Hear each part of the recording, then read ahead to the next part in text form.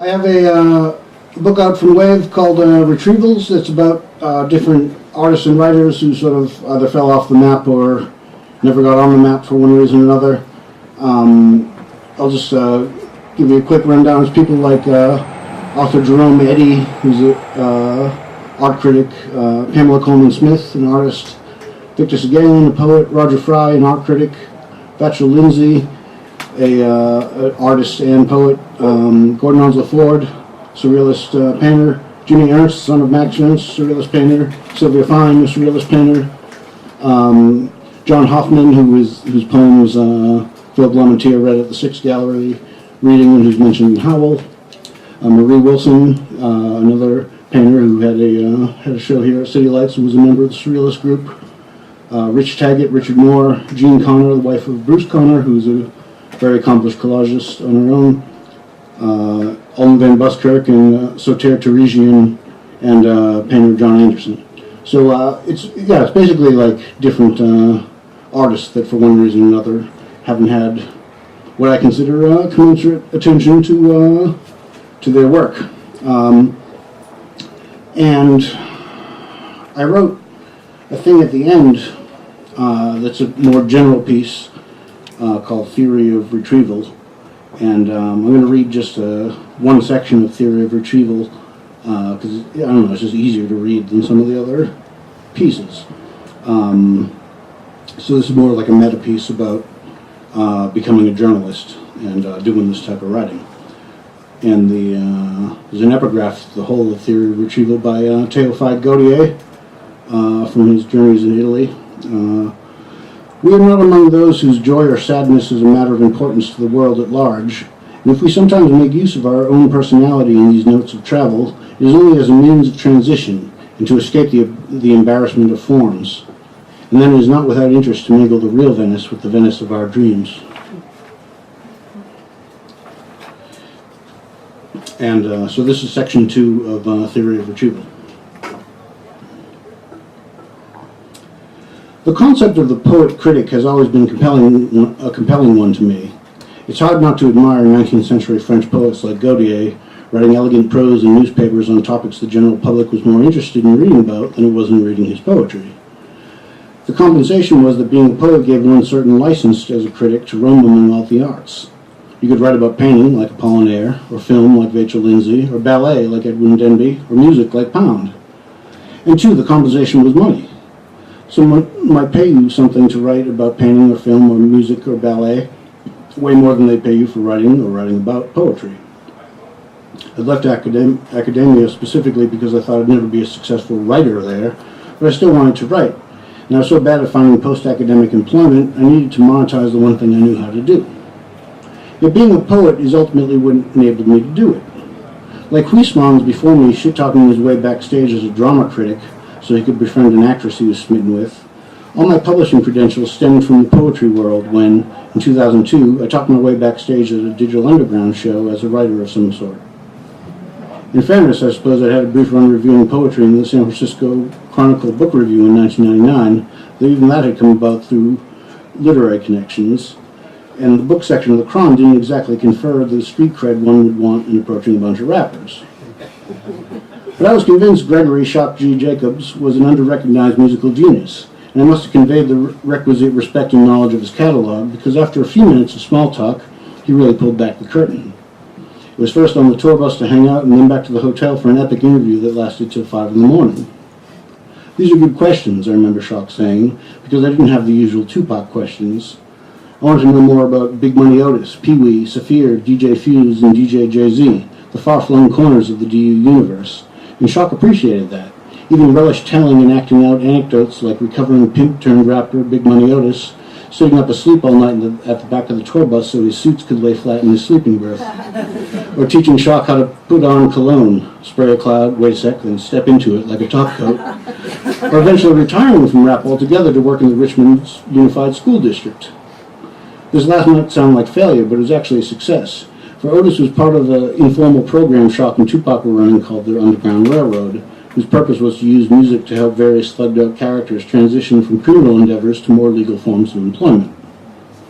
If you look at the credits of Tupac's first album, Tupacalypse Now, You'll find several tracks whose production is credited to the Underground Railroad, and it was characteristic of Shock to make music under a collective inclusive pseudonym, even as he was doing the heavy lifting. Indeed, this generosity has hurt his career to an extent. For years, for example, people didn't know Shock produced one of Pac's hugest hits, I Get Around, because they did it under the name of the D-Flow Production Squad, possibly to acknowledge input he might have received in the session from Money B or Tupac. As an artist, moreover, Shock has always been a proliferator of identities. So many members of Digital Underground, Humpty Hump, MC Blowfish, Piano Man, Rackadelic, etc., turned out to be Shock himself. Yet DU was also a genuine crew that had spawned other major label acts like Tupac, Saphir, and the Loonies, so the deception was all the more difficult to uncover. In this, he said he was inspired by George Clinton's continuous parade of personae through the heyday of Parliament Funkadelic. Where Clinton's pioneering funk genius has long been recognized, DU were the first rappers to bring him back live in the studio, in fact, for Sons of the P, Shock G's own pioneering hip-hop genius has yet to be fully acknowledged. This is because the outrageous cartoonishness of DU's biggest hit, the Humpty Dance, has frequently relegated the group to the ranks of novelty acts in people's minds. But quite apart from his discovery of Tupac, Shock changed the game from hip-hop musically. Where this music had been thin, minimalist James Brown, Shock made it thick, maximalist George Clinton. Shock brought the P-Funk well before Dr. Dre did, and I defy anyone to play me a rap record from 1990 that can hold up in the mix with contemporary digital production better than DU's Sex Packets. Though Shock only had 24 tracks at his disposal. You never heard Digital Underground mentioned as a golden age group of commensurate importance with Public Enemy, NWA, or De La Soul, but I was listening at the time, so I knew it was true. If I recall correctly, Huizman's adventure backstage didn't get him laid, but he did successfully place a review of the production starring the actress he was smitten with into a Parisian newspaper, and so his career as a poet critic was begun. In my case, the results weren't so instantaneous. Nonetheless, me and Shock more or less inaugurated my own foray into music journalism. It started small, not long after I finished up at Berkeley. My friend Jeff Mellon was living in Norfolk, Virginia, doing graphic design for a local weekly, which also housed a separate music-only monthly called 9 Volt, an indie endeavor born of record stores and that the weekly's corporate overlords had compulsively acquired and then didn't know what to do with. But he needed cheap content, and thus the Philistine was born.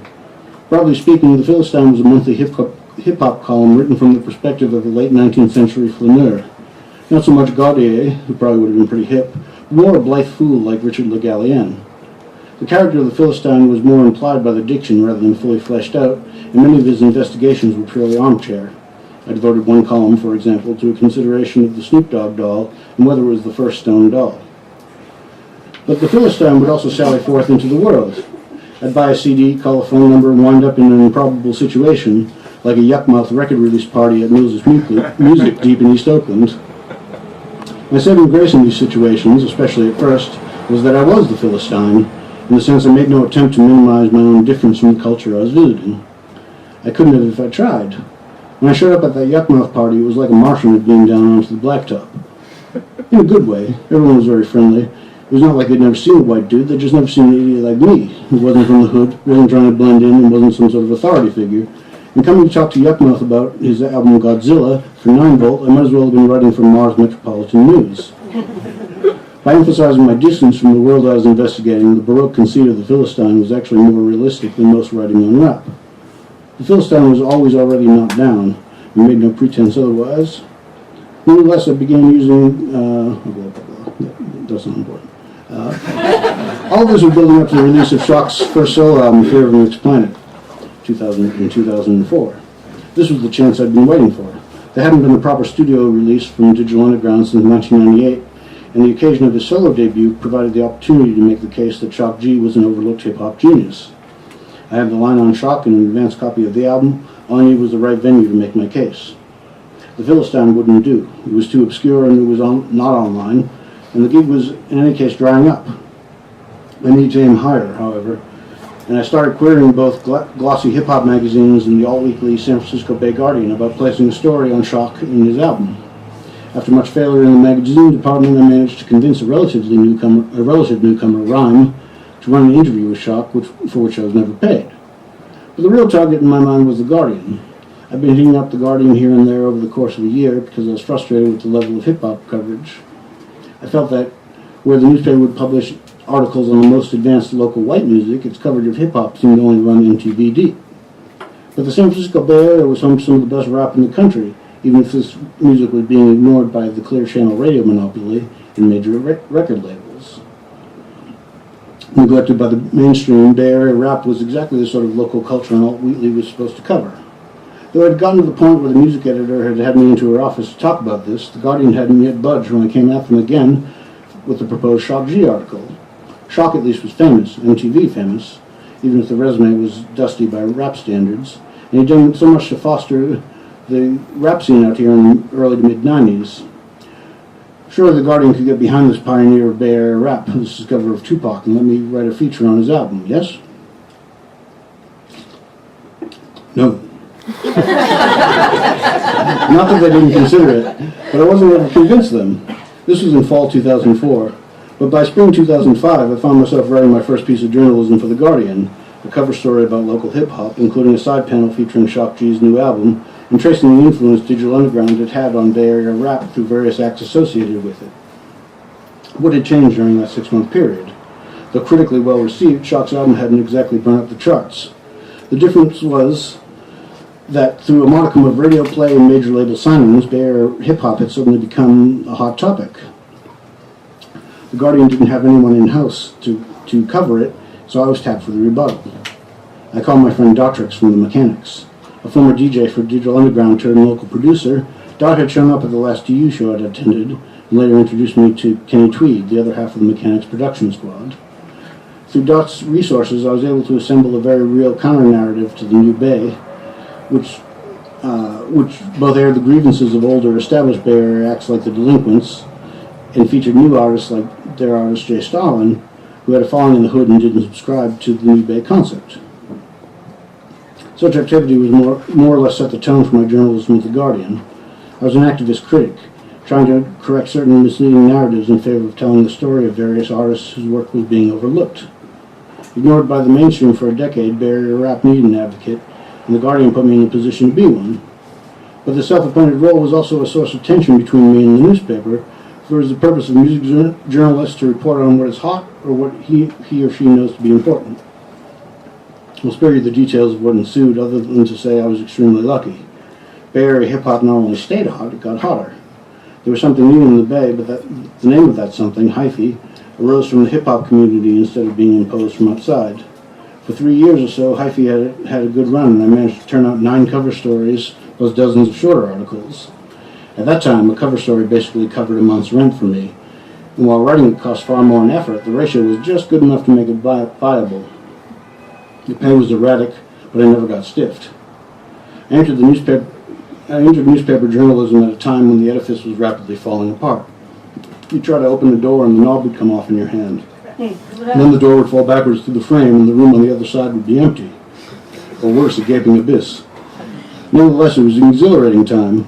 As cultural work, documenting the hyphy era in the pages of The Guardian felt more important and true to me than writing about Joyce and Stein, who I'd written my dissertation on, not least of all due to the various Bay Area hoods it caused me to visit and remark upon, but mostly because I thought it needed to be done, and done with sympathy and sensitivity. And while the stylistic excesses of the Philistine were necessarily purged, I somehow managed to maintain a certain manner within the 0-degree newspaper writing setting, primarily through the use of long sentences, which was crucial, for if you can manage your clauses, you can avoid repeating pronouns, and this adds up against a tight word count over the course of an article. I was in full Gautier mode, or not quite. I felt the powerful narcotic pull of getting paid to write, practical buzz indeed. But I soon saw how easily I could lose too much of my writing life in its pursuit, as Gautier himself had arguably done. I had things to write that weren't going to pay. It was no good being a poet critic, in other words, if it prevents you from writing poems. So in the middle of the heaviest period of Guardian writing, I managed to publish my second book of poems, Complications. My poetic output had slowed, it was true, but this was at least partly by design. I stopped trying to write poems and relied purely on inspiration, and if this resulted in less poetry, I was fine with it, as long as the poems still came every so often. Thank you.